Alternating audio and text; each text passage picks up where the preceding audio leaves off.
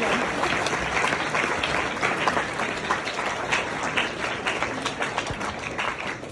folks, the bell's going to go in a second, but if you can remain seated just while we take a few questions, please.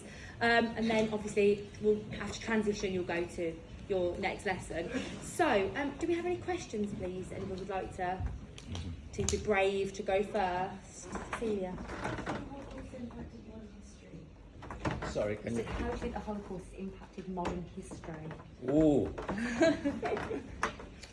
Start off easy, Celia. Well, two things I'd like to say. One is that it led to the creation of a state, Israel, in the land of Palestine, and the British Protectorate of Palestine became a state as a direct result of the Holocaust. The other side of it is that, very unfortunately, there have been terrible genocides since then. You would have thought that we would have learned some lessons from that, but the answer to that is apparently no. And whether it's Bosnia or Sudan, yes, or the Tutsi-Hutu wars, killing fields in Cambodia. It's really terrible that no lesson is learned from it. And that's why it's very important. That's why I'm talking with, not so much, you can't do anything about the Holocaust anymore, but you can do something about future. You can make sure that you're on the side of the goodies in any future conflict like that. Any more questions, folks? Here's my sixth one. Oh, yeah. Can your family ever lose hope? Good question, very good question. My father, I think, more or less never.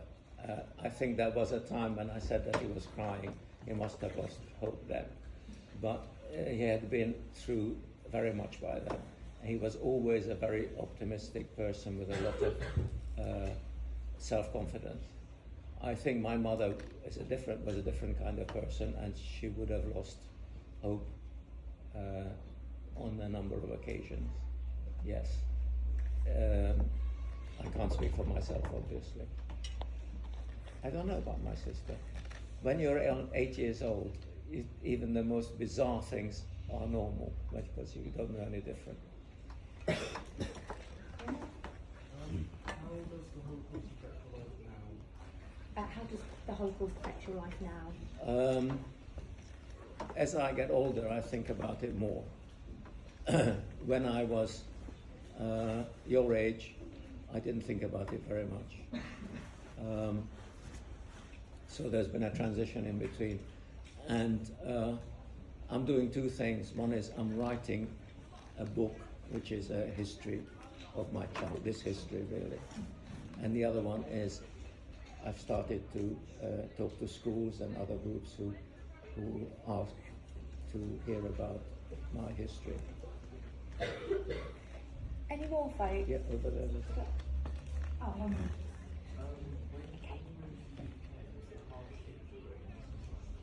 When did you? Yeah. So, I got that one. when you moved to the UK, was it hard to integrate into society? Not for me. I was 12 years old. It would have been very hard for my parents. I went to a local school, secondary modern school, and they sat me down next to a boy who is still my friend now. I saw him about 2 weeks ago. I remember my first lesson in England when I spoke as good as no English, was French, and it was the board that was set on the board, je finis, tu finis, il finit, I finis. So that my first English lesson was learning French. I made friends in school, and had a pretty normal English school life. but my parents would have had it very hard. They had to work very hard. We came with literally nothing. We had nothing. So they, at age of, my father was 55, my mother 46, and they had to start from nothing. Is there a question over here, Mr. Springwell? Can I just say, this is a wonderful country, and it's possible to come here with nothing and become a citizen and be educated and be free and have a career and a family, and you should all be very proud that you are here and you should contribute to the country.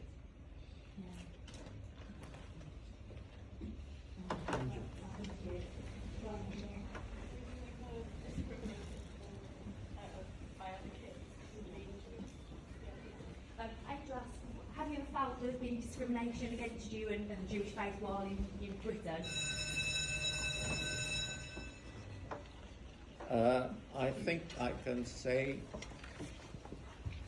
I'm thinking about the word absolutely, so the answer is no discrimination. Whether I could say that, no, I haven't met any discrimination. That's good to hear. Yes. I would be very sensitive to it, so anything like jokes or looking at me in an odd way, but I think I haven't had any. Are there any more folk? How does the Holocaust affect your family's Jewish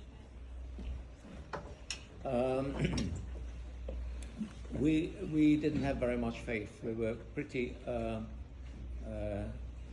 My mother was the most. She came from a more religious home, but even before I was born, before the war, they were fairly assimilated. They were married in a synagogue, my parents, but how shall I put it? Religion was unimportant.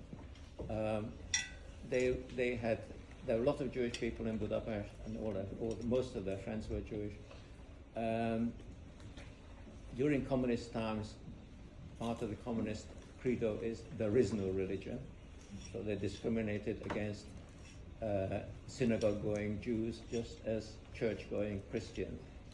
And as a kid, it was normal that religion is nonsense. So that was a bit of a resurgence maybe in England.